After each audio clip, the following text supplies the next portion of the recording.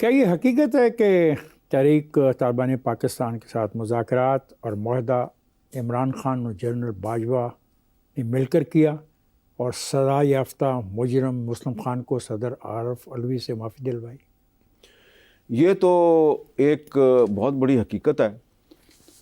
صرف مسلم خان نہیں، محمود خان بھی، دو آدمی تھے، دونوں کو سزائے موت ہوئی تھی اور دونوں کے خلاف گواہی نہیں ملتی تھی.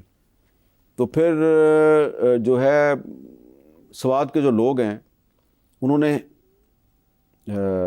ہمت پکڑی اور گواہ آئے اور انہوں نے آ کے بتایا جی کہ اس نے مسلم خان نے کس کس کو مارا ہے. تو اس کو ایک کیس میں سزائے موت نہیں ہوئی تھی، اس کو 2-3 کیسوں میں سزائے موت ہوئی. اور اس کے بعد جب مذاکرات شروع ہوئے تو مذاکرات میں مجھے یہ پتہ چلا کہ جی ایک شرط آ گئی ہے کہ جی ان کو رہا کیا جائے گا، مسلم خان کو اور محمود خان کو، اور کچھ اور 100 بندوں کی لسٹ ہے. اس میں کوئی شک نہیں ہے کہ جو مسلم خان اور محمود خان ہیں انہوں نے بہت سے بے گناہ لوگ، معصوم لوگ ان کو مارا. اور اس کو پھر عارف علوی صاحب جو ہیں ان کے صدارتی اختیار کو استعمال کرتے ہوئے ان کو جیل سے نکال دیا گیا اور اب پتہ نہیں وہ کہاں. اچھا مجھے بتاؤ مذاکرات کی نوعیت کیا تھی؟ مذاکرات کی نوعیت کا مجھے نہیں پتہ. وہ جنرل فیض صاحب کر رہے تھے ایز DG ISI بھی اور پھر ایز کور کمانڈر پشاور بھی، اور وانٹڈ لوگ جو ریاست پاکستان کو پاکستانی فوج کے جوانوں اور افسران کی شہادت میں ریکوائرڈ ہیں، جو وانٹڈ ملزمان، ان سے جا کے فیض صاحب جو ہیں وہ کابل میں ان کے ساتھ بیٹھ کے مذاکرات کر رہے تھے. میں کیسے مان لوں کہ آپ کو یہ علم نہیں کہ مذاکرات کی نوعیت کیا تھی؟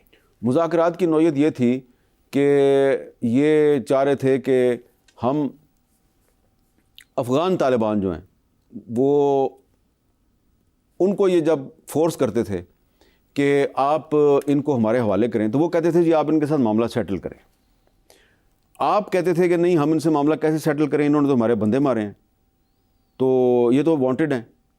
اور تو وہ الٹا کہتے تھے کہ جو تمہارے پاس جیلوں میں ہیں نا لوگ ان کو بھی چھوڑو.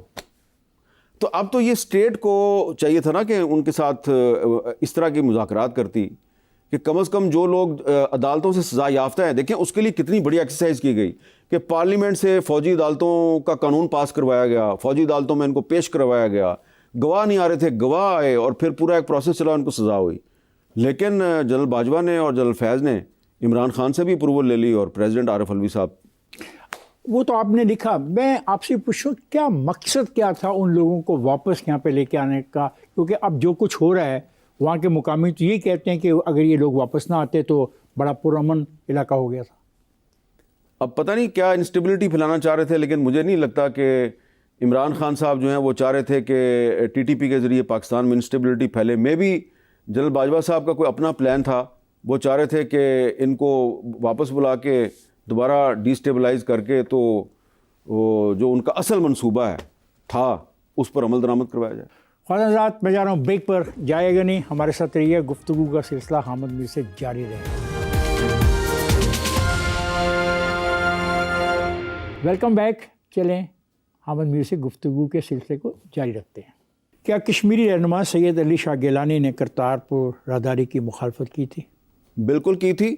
اور سید علی شاہ گیلانی صاحب جو ہیں انہوں نے اپنی وفات سے کچھ عرصہ پہلے کسی طریقے سے انہوں نے میرے ساتھ کانٹیکٹ کیا اور انہوں نے مجھے یہ کہا کہ آپ کو یاد ہے کہ میں نے آپ کو 2001 میں دلی میں آپ سے میں نے کہا تھا کہ یہ پرویز مشرف ٹھیک آدمی نہیں ہے، اس پہ کبھی اعتبار نہ کرنا. میں نے کہا ہاں جی مجھے یاد ہے آپ نے کہا تھا. انہوں نے کہا یہ جو جنرل باجوہ ہے نا یہ پرویز مشرف کا بھی باپ ہے اور اس پہ بھی کبھی اعتبار نہ کرنا، یہ ہمیں بیچنے پہ تلا ہوا ہے. وہ راہداری کے خلاف کیوں تھے؟ وہ یہ راہداری کے خلاف نہیں تھے.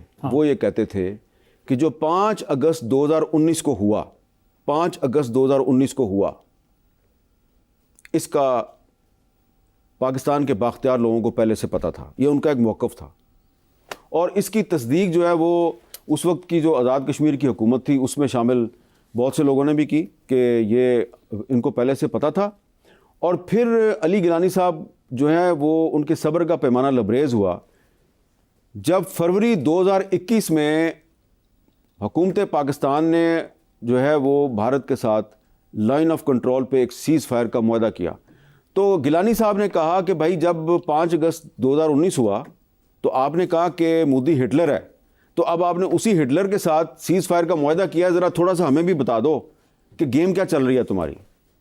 تو علی شاہ گیلانی صاحب یہ سمجھتے تھے کہ جو کرتارپور راہداری کے وہ خلاف نہیں تھے، وہ یہ کہتے تھے کہ یہ یک طرفہ اقدامات ہو رہے ہیں، یعنی کہ ہمیں کوئی ریلیف نہیں مل رہی، ہمیں ہمارے بندے گرفتار ہو رہے ہیں، مارے جا رہے ہیں، ہم پہ ریسٹرکشنز ہیں، ہم پر پابندیاں ہیں، لیکن پاکستان جو ہے وہ انڈیا کو ریلیف دیے جا رہا ہے جب سے عمران خان وزیر اعظم اور باجوہ آرمی چیف بنے۔ دیکھیے عمران خان نے تو فلور آف دی ہاؤس پہ کہا کیا پھر میں جنگ کروں؟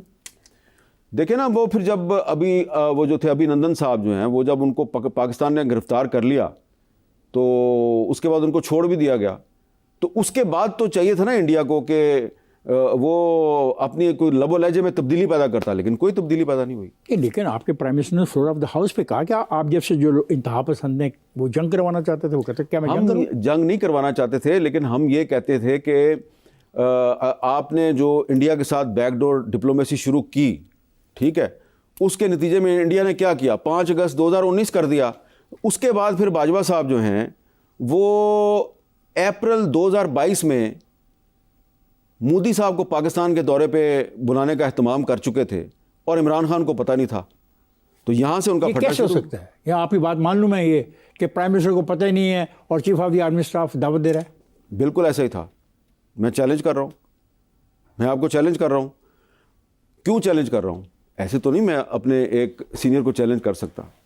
جب یہ بات پتہ چلی وزیر خارجہ شاہ محمود قریشی کو، تو شاہ محمود قریشی نے پرائم منسٹر سے کہا کہ ہم تو مودی کو ہٹلر قرار دے رہے ہیں، ہم تو کہہ رہے ہیں کہ جینوسائیڈ ہو رہا ہے، اور ہمیں بتایا جا رہا ہے کہ مودی جو ہے وہ پاکستان کے دورے پہ آ رہا ہے، 4 دن کا دورہ پاکستان کا، 4 دن کا دورہ۔ تو آپ مجھے بتائیں کہ کیا آپ اس کو جا کے ریسیو کریں گے یا میں اس کو ریسیو کروں گا؟ اس کے بعد ہمارا کیا بنے گا؟ ہم کیا منہ دکھائیں گے کشمیریوں کو؟ تو عمران خان نے کہا کہ پھر ان کو آپ سمجھائیں کہ یہ مت کریں۔ تو شاہ محمود قریشی صاحب نے جنرل باجوہ کو اور جنرل فیض کو کہا کہ جی آپ فورن آفس آئیں اور آ کے وہاں پہ ہمیں بتائیں کہ آپ یہ کیا کر رہے ہیں۔ یہ پیچھے سے جو ہے نا بیک ڈور چینل چلا ہوا تھا جنرل فیض کا اور اجیت ڈوول کا، اجیت کے ساتھ؟ جی اجیت ڈوول کا۔ تو اس میں پھر یہ فورن آفس گئے، فورن آفس میں فورن منسٹر نے، فورن سیکرٹری نے اور جو پورا فورن آفس کا جو عملہ ہے، انہوں نے آرمی چیف کو اور D G I S I سے کہا جی پہلے آپ بتائیں کہ آپ کیا چاہتے ہیں۔ انہوں نے اپنا پوائنٹ آف ویو دیا کہ ہم نے انڈیا کو بڑی دیر سے انگیج کیا ہوا ہے اور ہم یہ چاہتے ہیں، یہ چاہتے ہیں، پیسفل نیگوسیشنز، یہ وہ جو بھی ہے۔ انہوں نے کہا جی کہ ہمیں جو کانفیڈنس 5 اگست 2019 کے بعد ہم انڈیا پہ کیسے ٹرسٹ کریں، اور آپ ہمیں یہ بتائیں کہ مودی صاحب اگر پاکستان آتے ہیں اور ہم ان کو ریسیو کرتے ہیں تو ہم نے پھر پاکستانی قوم کو اور کشمیریوں کو تو کچھ بتانا ہے نا کہ ہم نے آپ کے لیے یہ ریلیف لیا ان سے، وہ کیا ہے یہ بتائیں ہمیں۔ ان کے پاس کوئی جواب نہیں تھا اور عمران خان اور ان کے وزیر خارجہ نے انکار کر دیا مودی کو ریسیو کرنے سے۔